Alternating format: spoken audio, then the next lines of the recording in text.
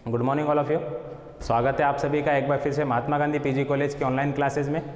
हम पढ़ रहे थे एमए फाइनल की ज्योग्राफी। एमए फाइनल की ज्योग्राफी के अंतर्गत हमने अब तक कुछ चीज़ें पढ़ी है, जैसे भारत की भूवैज्ञानिक संरचना सिलेबस देखा था उससे पहले के वीडियो में, और पिछले वीडियो में हमने देखा था भारत के भौतिक प्रदेशों को, भारत के भौतिक प्रदेशों को कितने भागों में बांटा गया है, एनसीईआरटी के मुताबिक भी देखा था और अन्य किताबों के मुताबिक भी देखा था।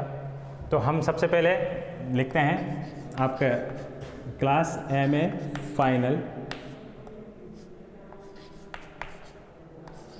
ज्योग्राफी, जिसके अंतर्गत हम इंडियन ज्योग्राफी को पढ़ रहे हैं। आज हम विस्तार रूप से चर्चा करेंगे भारत के प्रमुख भौतिक प्रदेशों की, जिसमें सबसे पहला भौतिक प्रदेश जो आता है वो आता है उत्तरी पूर्वी पर्वतीय प्रदेश। उत्तरी पूर्वी पर्वतीय प्रदेश भारत का पहला और सबसे उत्तरतम भौतिक प्रदेश है। आपको मालूम होगा भारत का जो क्षेत्रफल है, बताया था हमने आपको, भारत के कुल क्षेत्रफल का लगभग 10.7% भाग पर्वतीय प्रदेश है। उसी पर्वतीय प्रदेश को शामिल किया गया है इसमें, जो उत्तरी पूर्वी पर्वतीय प्रदेश है ये उसी 10% हिस्से पर भारत के मौजूद है।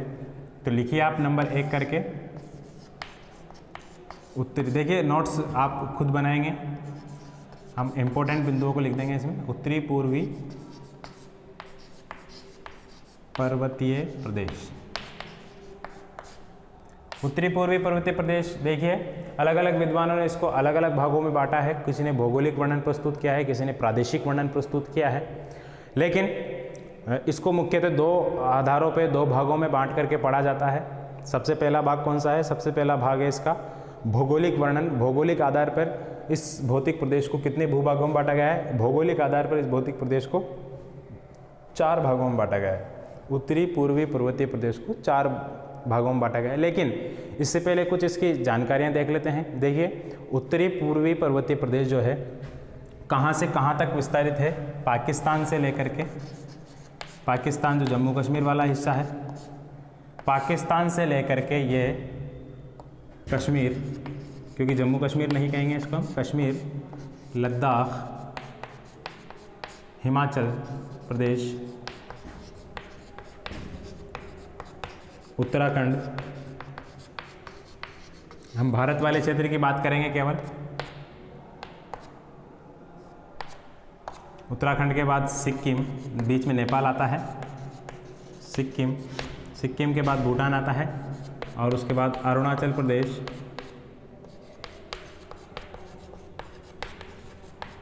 उसके बाद नागालैंड, मणिपुर, मिजोरम, त्रिपुरा से म्यांमार की अराकान योमा पहाड़ियों तक, पहाड़ी नहीं, अराकान योमा पर्वतीय क्षेत्र तक इसका जो है विस्तार पाया जाता है। कहाँ से कहाँ तक? पाकिस्तान से लेकर म्यांमार तक। किस तरीके की आकृति है हिमालय पर्वत की? इस तरीके की। ये भारत का जम्मू कश्मीर वाला है हिस्सा है, फिर उसके बाद ये नेपाल भूटान वाला क्षेत्र आ जाता है, फिर ये अरुणाचल प्रदेश वाला, और यहीं से ये हिमालय पर्वत घूम जाता है इस तरीके से। जिस तरीके से भारत की आकृति है उसी तरीके से हिमालय पर्वत की भी आकृति है।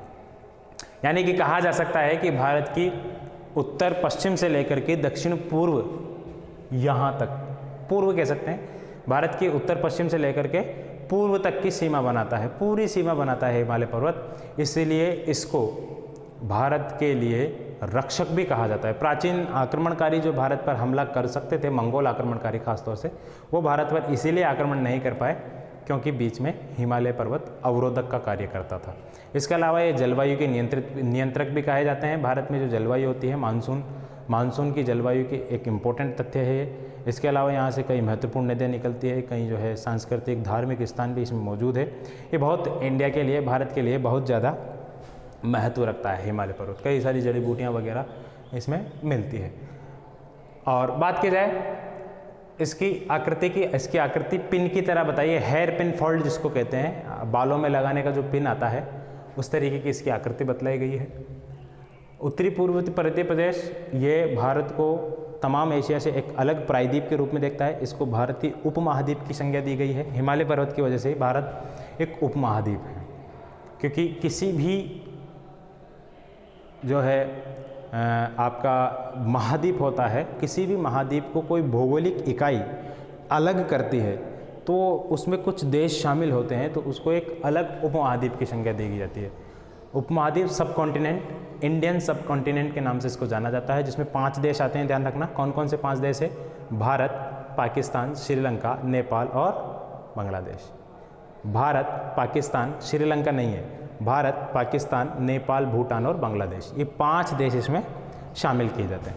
श्रीलंका और मालदीव 2 अन्य देश है जो दक्षिणी एशिया के तो देश है, लेकिन भारतीय उपमहाद्वीप के देश नहीं है। ठीक है, तो ये यहाँ तक इसका विस्तार है, ये बात आपको याद रखनी है। इसके बाद हम इसका भौगोलिक वर्णन देख लेते हैं, कहाँ से कहाँ तक क्या है। इसको 4 भागों में बांटा गया है मुख्यतः। कौन कौन से 4 भाग है? इसमें पहला भाग कौन सा है? हिमालय का हम भौगोलिक वर्गीकरण पढ़ रहे हैं।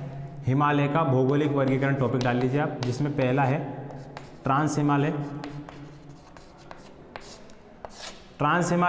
हिमालय पर्वत की उत्तरतम चोटियां हैं जो जम्मू कश्मीर और हिमाचल प्रदेश में पाई जाती है। ट्रांस हिमालय, इसमें 3 प्रमुख श्रेणियां आती है। कौन कौन सी 3 श्रेणियां हैं? देखिए, काराकोरम है, काराकोरम के बाद इसमें लद्दाख है, लद्दाख के बाद इसमें जास्कर है। ये 3 श्रेणियाँ इसमें आती है, लद्दाख, जास्कर, काराकोरम। हिमालय पर्वत का भौगोलिक वर्गीकरण हम पढ़ रहे हैं। भौगोलिक वर्गीकरण के अंतर्गत पहला है, 4 भागों में बांटा गया है इसको। पहला है ट्रांस हिमालय। ट्रांस हिमालय के अंतर्गत 3 श्रेणियाँ आती है, काराकोरम, लद्दाख, जास्कर। काराकोरम में भारत की सबसे ऊंची चोटी, जो भारत अपने नक्शे में दर्शाता है, जिसको भारत का नक्शा हम देखते हैं तो उसमें पीओके और सियाचिन, जो पाकिस्तान चीन वाला जो क्षेत्र है, जो चीन ने हमसे ले रखा है, वो वाला क्षेत्र भी हम दर्शाते हैं। तो उस पूरे भारत की बात की जाए तो सबसे ऊंची चोटी भारत की काराकोरम के अंतर्गत आती है। कौन सी है वो? K2 Godwin Austen, 8611। तो लिख सकते हो आप इसको, भारत की सबसे ऊंची चोटी K2 Godwin Austen trans Himalaya में स्थित है, जो पीओके क्षेत्र में स्थित है। नाम क्या है? K2 Godwin Austen. कितनी ऊंचाई है इसकी? 8611 मीटर। इसके अलावा अन्य चोटियां भी आप लिख सकते हो। गशेरब्रूम,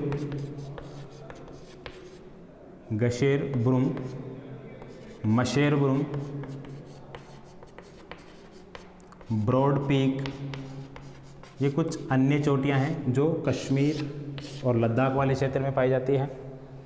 इसके अलावा बात की जाए ट्रांस हिमालय में, ट्रांस हिमालय में और क्या है? ट्रांस हिमालय भारत में पाई जाने वाली सबसे उत्तरतम चोटियां हैं, भारत में पाई जाने वाली सबसे उत्तरतम चोटियां हैं। इसके अलावा इसके अंतर्गत बात की जाए तो और क्या है इसमें कुछ क्या पाए जाते हैं? दर्रे पाए जाते हैं, ग्लेशियर पाए जाते हैं। उन ग्लेशियरों के नाम लिख लीजिए आप। ट्रांस हिमालय में पाए जाने वाले ग्लेशियर, सियाचिन ग्लेशियर लिखिए, सियाचिन ग्लेशियर, हिमनद जिसको बोलते हैं, सियाचिन ग्लेशियर 75 किलोमीटर ऊंचा बताया जाता है। दूसरे नंबर पर है बाल्टारो, लिखिए आप, बाल्टारो ग्लेशियर, ये 58 किलोमीटर ऊंचा बताया। और एक का नाम है, तीसरा ग्लेशियर कौन सा है इसमें? तीसरा ग्लेशियर है बियाफो ग्लेशियर, जिसकी ऊंचाई 60 किलोमीटर बताई गई है। ये कुछ ग्लेशियर है जो इतने बड़े ग्लेशियर है, 75 किलोमीटर वाला है, ये इतना बड़ा है, 58 किलोमीटर बाल्टारो, बियाफो 60 किलोमीटर बड़ा ग्लेशियर है। तो ये ग्लेशियर है कुछ।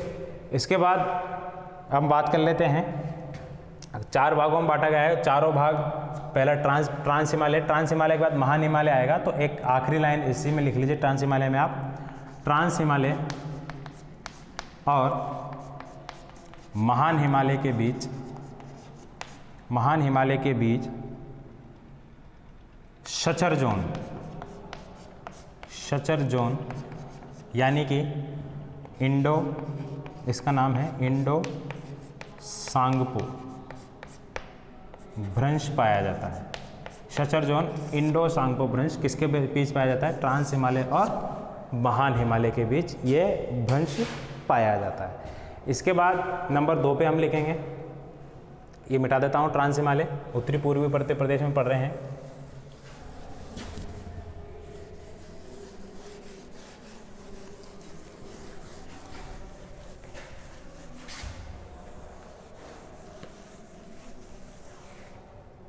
इसके बाद दूसरा है महान हिमालय।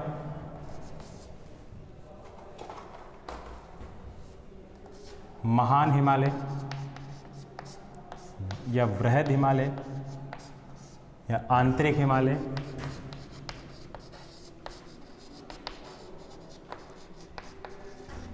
या ब्रह्मगिरी।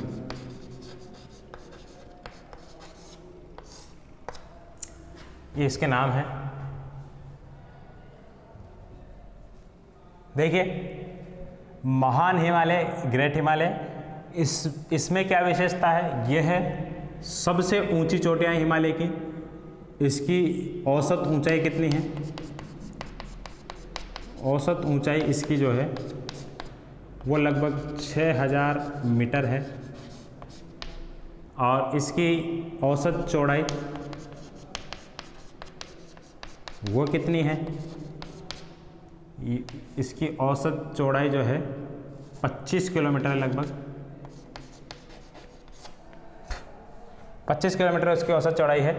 इसके अलावा बात की जाए तो यहाँ की सबसे ऊंची चोटी कौन सी है? यहाँ की सबसे ऊंची चोटी है माउंट एवरेस्ट। कहाँ है ये? नेपाल में।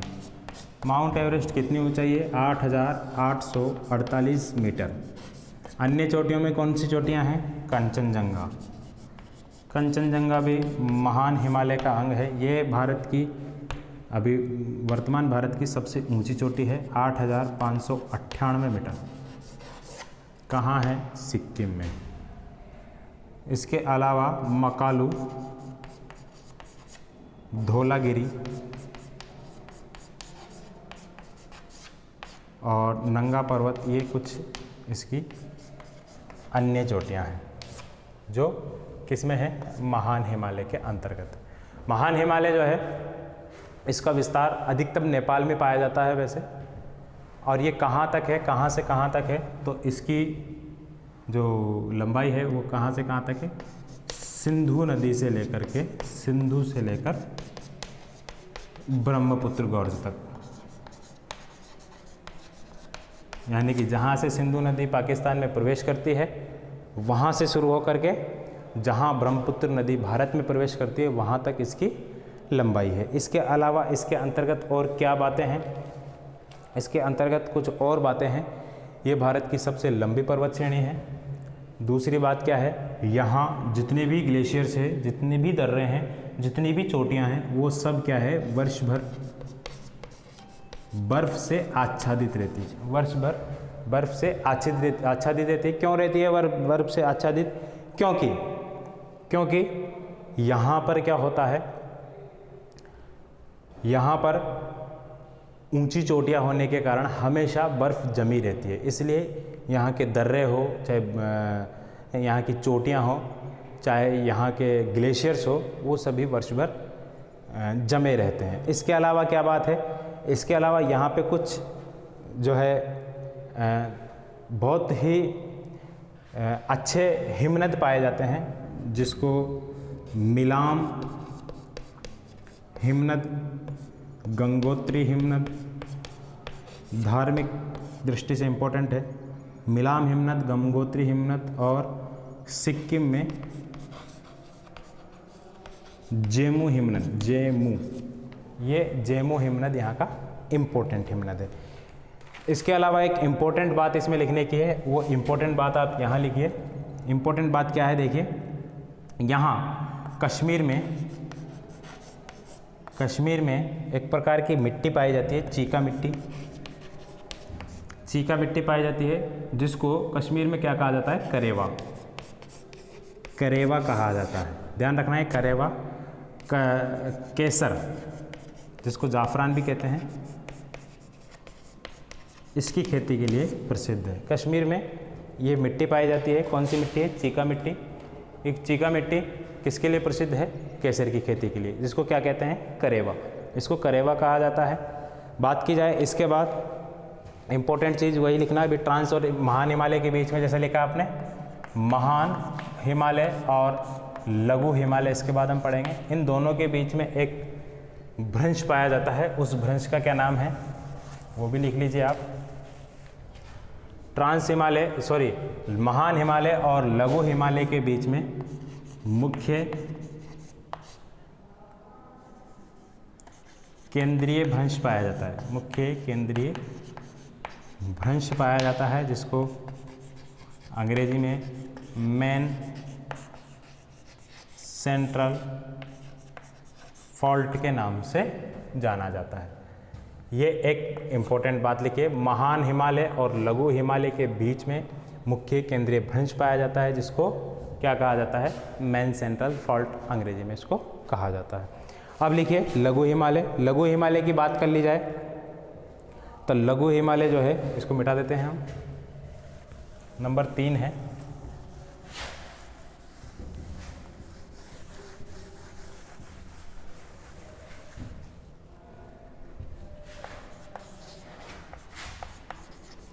लघु हिमालय, ये महान हिमालय के दक्षिण में, एक एक बात को आप नोट कर लेना है इसमें, जो भी बात कही जाएगी, ये महान हिमालय के दक्षिण में समानांतर रूप में फैली हुई है। और लघु हिमालय, इसकी औसत चौड़ाई, इसकी औसत ऊंचाई अलग अलग किताबों में अलग अलग है। औसत ऊंचाई 4500 मीटर मानी गई है और औसत चौड़ाई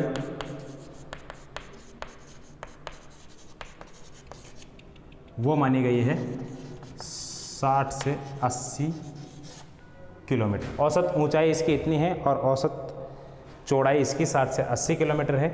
इसमें कुछ इम्पोर्टेंट पहाड़ियाँ पाई जाती हैं। पीर पंजाल श्रेणियाँ हैं, महाभारत, नागटिबा, मसूरी, ये इम्पोर्टेंट पहाड़ियाँ ये कहाँ पाई जाती है? लघु हिमालय के क्षेत्र में। और कुछ घाटियाँ पाई जाती है, जैसे कश्मीर घाटी, काठमांडू घाटी, ये इसके अंतर्गत कुछ घाटियाँ हैं जो लघु हिमालय और महान हिमालय के बीच में है। लघु हिमालय और महान हिमालय के बीच में कुछ घाटियाँ हैं जिनको इस नाम से जाना जाता है। इसके अलावा लघु हिमालय के ढाल पर, लघु हिमालय के ढालों पर कुछ मैदान पाए जाते हैं, घास के मैदान, समतल, जिनको कश्मीर में क्या कहते हैं? मर्ग कहते हैं। गुलमर्ग, सोनमर्ग इसके उदाहरण हैं। और हिमाचल में उसको क्या कहा जाता है?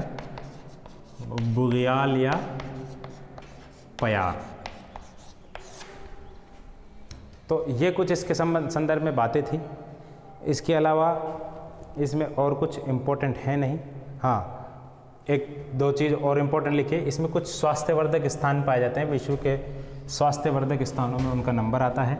कौन कौन से हैं? शिमला, नैनीताल, रमणीय स्थान है बिल्कुल, अल्मोड़ा,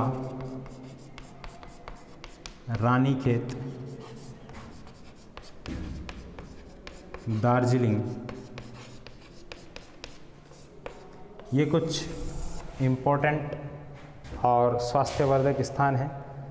मसूरी भी लिख सकते हो आप इसमें, डलहौजी भी लिख सकते हो आप इसमें। ये सब इम्पोर्टेंट स्वास्थ्यवर्धक स्थान हैं। इसके बाद इम्पोर्टेंट बात वही, लघु हिमालय और शिवालिक हिमालय, इन दोनों के बीच में एक भ्रंश पाया जाता है। लघु हिमालय और शिवालिक हिमालय के बीच में ये भ्रंश पाया जाता है। इस भ्रंश का क्या नाम है? मुख्य सीमा भ्रंश। क्या नाम है उसका? मुख्य सीमा भ्रंश, मेन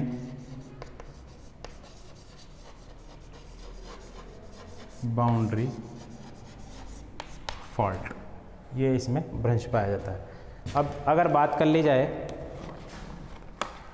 चौथा नंबर का कौन सा है? चौथा नंबर का है हमारा शिवालिक हिमालय। ये हिमालय पर्वत की सबसे दक्षिणतम श्रेणी है और भारत के मैदानों से सबसे नज़दीक यही श्रेणियाँ पाई जाती है। हिमालय पर्वत के निर्माण के आखिरी चरण में इनका निर्माण हुआ था। प्लिस्टोसीन, मायोसीन और इयोसीन, ये जो युग थे ये आखिरी चरण के युग थे, तब इनका निर्माण हुआ था। शिवालिक हिमालय, यहाँ पे कई सारी जड़ी बूटियाँ पाई जाती है। शिवालिक इसमें लग रहा हुआ तो शिव जी का स्थान बताया जाता है ये, और शिव जी भी इन्हीं पहाड़ियों में थे। यहाँ जड़ी बूटियाँ औषधियों के लिए प्रसिद्ध क्षेत्र है। कुछ महत्वपूर्ण और पवित्र नदियाँ यहाँ से निकलती है। तो कौन कौन सी क्या क्या है वो देख लीजिए आप। इसकी जो औसत ऊंचाई है वो 900 से 1200 मीटर है। चौड़ाई इसकी अगर बात कर ली जाए औसत 10 से 50 मीटर तक है। ये इसकी इम्पोर्टेंट बातें हैं। इसके अलावा इस नदी का विस्तार पंजाब के पोटवार बेसिन से कोसी नदी तक है। कोसी नदी बिहार का शोक, बिहार से बहती है, ये गंगा नदी में मिल जाती है। पंजाब के पोटवार से कोसी नदी तक इसका विस्तार पाया जाता है शिवालिक पहाड़ियों का। यहाँ पे कुछ घाटियाँ पाई जाती है, कुछ निचली भूमियाँ पाई जाती है जिनको अनुदैर्ध्य घाटियाँ बोलते हैं। अनुदैर्ध्य घाटियाँ कौन कौन सी है? जिसको पश्चिम में दून और पूर्व में द्वार के नाम से जाना जाता है। दून देहरादून, द्वार हरिद्वार, कोटद्वार, ये सब यहाँ की कुछ घाटियाँ हैं जो पाई जाती है। इसके अलावा इनको जम्मू में जम्मू पहाड़ियाँ, अरुणाचल प्रदेश में मिशिमी, मिकिर, नागा, मीसो या मिजो पहाड़ियों के नाम से जाना। दाफला पहाड़ियाँ भी अरुणाचल प्रदेश में, ये कुछ पहाड़ियाँ हैं, इन नाम से इनको जाना जाता है। ठीक है। इसके बाद वही इम्पोर्टेंट बात, कौन सी बात? कौन सा भ्रंश इसमें पाया जाता है? लघु और शिवालिक हिमालय के बीच में मुख्य सीमा भ्रंश। लेकिन शिवालिक और आगे क्या आएगा? आगे कौन सी पहाड़ी? कोई सी भी नहीं है, 4 ही है। लेकिन आगे क्या है? शिवालिक के बाद में तराई प्रदेश शुरू हो जाता है। तराई प्रदेश हम अगले चैप्टर में पढ़ेंगे, जब इसको भारत उत्तरी मैदान पढ़ेंगे हम। शिवालिक और तराई प्रदेश जो मैदानी प्रदेश है उसके बीच में जो भ्रंश पाया जाता है उसको कहते हैं महान सीमा भ्रंश, ग्रेट बाउंड्री फॉल्ट के नाम से इसको जाना जाता है। तो ये कुछ इंपॉर्टेंट बातें थी। अब इसको हम डायग्रामेटिकली तरीके से समझ लेते हैं, कहाँ कहाँ क्या क्या है, ये आपने लिख लिया होगा। डायग्राम के माध्यम से इसको समझने की कोशिश करते हैं। देखिए, अगर ये वीडियो आपको थोड़ा शॉर्टकट में लगता है तो आप हमारे चैनल पर जा सकते हैं। आपको चैनल का नाम हमने बता दिया है, पिछले कुछ वीडियो में हमने आपको चैनल का नाम बताया है, क्योंकि हमने वहाँ पे इसको विस्तार रूप से पढ़ा रखा है। और दूसरी बात, यहाँ कुछ समय की सीमाएं भी है, क्योंकि आपका वीडियो 25 से 30 मिनट का बनता है, 25 से 30 मिनट की क्लास होती है, इसलिए पूरी चीज़ों को हम कवर नहीं कर सकते इसमें। इस वजह से आपको कुछ छोटे और शॉर्ट रूप में आपको बताया जाता है। आप इस कॉलेज की सबसे बड़ी क्लास भी हो, इस वजह से भी आपको थोड़ा शॉर्ट रूप में हम बता रहे हैं। अगर आपको पूरी तरीके से जानकारी चाहते हो, आप पूरी तरीके से इसको समझना चाहते हो डिटेल में, तो आप हमारे चैनल पे जा सकते हो। चैनल का नाम आप सभी को मालूम ही होगा, जियोग्राफी विद रहमान। उसमें हमने आपको डिटेल से बता रखा है इन सभी के बारे में, तो आप वहाँ पर जा कर के और डिटेल से इस चैप्टर को समझ सकते हैं। इसमें आपको उत्तरी पूर्वी उत्तर प्रदेश मिलेगा, उत्तर का विशाल मैदान भी मिलेगा आपको, प्रायद्वीपीय भारत और तटीय मैदान, ये चारों आपको विस्तार रूप से देखने को मिलेंगे। इसके अलावा विश्व की ज्योग्राफी के कुछ पार्ट हमने डाले हुए हैं, वो भी आप आसानी से समझ सकते हो। ठीक है, तो इसके बाद हम बात कर लेते हैं इसको डायग्रामेटिकली तरीके से समझने की। डायग्राम के माध्यम से समझने के लिए हमको भारत का मानचित्र बनाना पड़ेगा। भारत का मानचित्र बनाने के लिए हम क्या करना पड़ेगा, इस तरीके से हमने आपको पिछले वीडियो में भारत का मानचित्र बनाना भी सिखाया था कि किस तरीके से आप भारत का मानचित्र बना सकते हो। एक अच्छा भारत का मानचित्र आप बना सकते हो। ये देखिए,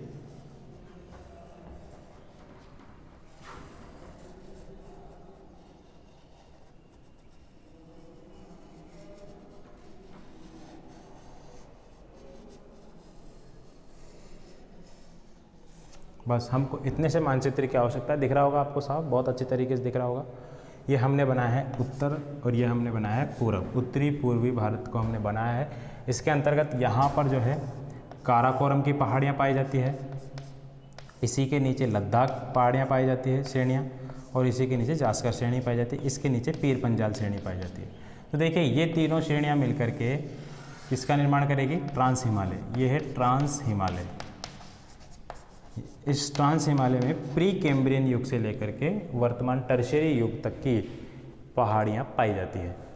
ठीक है, काराकोरम ऊपर वाली है, इसको काराकोरम कहते हैं, काराकोरम। दूसरी वाली को लद्दाख कहते हैं, लद्दाख श्रेणी। तीसरी वाली ये जो है इसको जास्कर के नाम से जाना जाता है। ध्यान रखिए, जास्कर और लद्दाख के बीच में से सिंधु नदी प्रवेश करती है पाकिस्तान में, और यहाँ पे एक नदी बहती है श्योक। तो लद्दाख श्रेणी श्योक और सिंधु नदी के बीच में जल विभाजक का कार्य भी करती है। इसके बाद हम बात कर लेते हैं इस नीचे वाले की। नीचे वाले में यहाँ से लेकर के एक श्रेणी इस तरीके से है, वो फिर यहाँ से घूम जाती है वो। इस श्रेणी का नाम क्या है? इस श्रेणी को जाना जाता है किस नाम से? महान हिमालय के नाम से। महान हिमालय की श्रेणी है, विश्व की सबसे ऊंची चोटियाँ यहीं पाई जाती है। माउंट एवरेस्ट यहाँ है, मकालो यहाँ है, धौलागिरी यहाँ है, कंचनजंगा सिक्किम में है। तो ये विश्व की सबसे ऊंची चोटियाँ यहीं पाई जाती है। इन दोनों के बीच में जो भ्रंश का निर्माण होता है उस भ्रंश को इंडो सांगपो भ्रंश कहते हैं, इंडो सांगपो भ्रंश कहते हैं। फिर उसके बाद यहाँ से एक और श्रेणी पाई जाती है जिसको किस नाम से जाना जाता है? जिसको जानते हैं हम लघु हिमालय के नाम से। लघु हिमालय और शिवालिक हिमालय, लघु हिमालय और महान हिमालय के बीच में भ्रंश पाया जाता है, उसको क्या किस नाम जानते हैं? मुख्य केंद्रीय भ्रंश। फिर इसके नीचे शिवालिक पहाड़ियाँ पाई जाती है। कहाँ तक है? कोसी नदी तक विस्तारित है इनका, पोतवार बेसिन से कोसी तक। इसके बीच में एक भ्रंश पाया जाता है जिसको हम क्या किस नाम जानते हैं? मुख्य सीमा भ्रंश के नाम से जानते हैं। और यहाँ पर एक भ्रंश पाया जाता है जो तराई प्रदेश और शिवालिक पहाड़ियों के बीच में है, नीचे बीच में है, इसको हम जानते हैं महान सीमा भ्रंश के नाम से जाना जाता है। तो ये कुछ इम्पोर्टेंट बातें थी, इस नक्शे को भी आप बना लीजिएगा। ये हमने आज के वीडियो में देखी है, जिसमें हमने भारत के उत्तर पर्वतीय प्रदेश को समझा है, उसके विस्तार को समझा है, कहाँ से कहाँ तक उसका विस्तार है, कितनी श्रेणी में उसको बांटा गया है, कितनी श्रेणी में उसको नहीं बांटा गया है। इसमें हमने भारत के भौगोलिक वर्णन को देखा है। इसके बाद के चैप्टर में हम पढ़ेंगे भारत का हिमालय पर्वत का प्रादेशिक विभाजन सिडनी बर्राड के अनुसार। तब तक के लिए नमस्कार।